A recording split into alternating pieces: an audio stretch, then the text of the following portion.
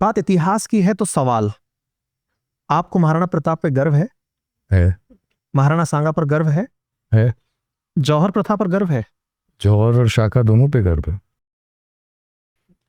साका और जौहर क्या होते हैं? ये होता था, it was a last battle, एक लास्ट डिच बैटल जैसे आप समझ सकते हैं, जब ये स्पष्ट बात होती थी कि जो लड़ाई है वो हम जीत नहीं सकेंगे, तब जो है, जो शाका जो है, जो भी पुरुष थे वो जाके लड़ते थे and they used to die on the battlefield. और जौहर जो आपको पता ही है, तो ये दोनों चीज़ साथ ही चलती थी। और it was the last battle for the men and jauhar for the women, and ये दोनों साथ ही चलते। हाल ही में महाराणा सांगा के लिए शब्द यूज किया गया कि वो गद्दार थे। टिप्पणी शब्द यूज किए गए, वो भी पार्लियामेंट में। क्या लगता है आपको कि ऐसे लोगों के खिलाफ जो इतिहास के साथ इस तरह की छेड़खानी करते हैं? मेरा तो ये कहना है, जैसे मैंने कहा कि सामाजिक विषय में राजनेताओं की हमेशा कुछ न कुछ दूसरा निहित स्वार्थ होते हैं, लेकिन जो आक्रोश की बात है कि उन्होंने राज्यसभा में उस समय ये ऐसे वाक्य कह दिए और आज भी उनके खिलाफ कोई सीरियस कदम नहीं उठाया गया। क्यों? ये क्या होना चाहिए था इस विषय पर?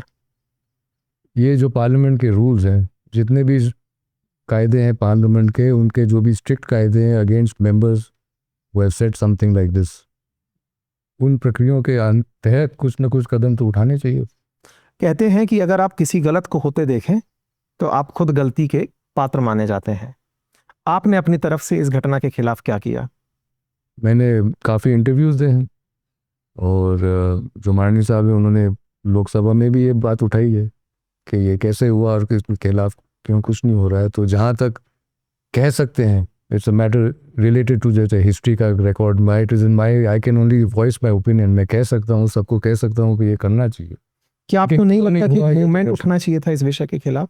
क्योंकि अल्टीमेटली जब हमारी वॉइसेस कमजोर रह जाती हैं तो लगने लगता है, क्योंकि डेमोक्रेसी में वॉइस मैटर करती है, ऐसे में क्या हमारी दबी आवाजें उनको ये बोलने के लिए और ताकत देती हैं? अगेन वो क्वेश्चन ऑफ लीडरशिप। अगर आप कुछ गलत सुनोगे, आपको कुछ कदम लेना है।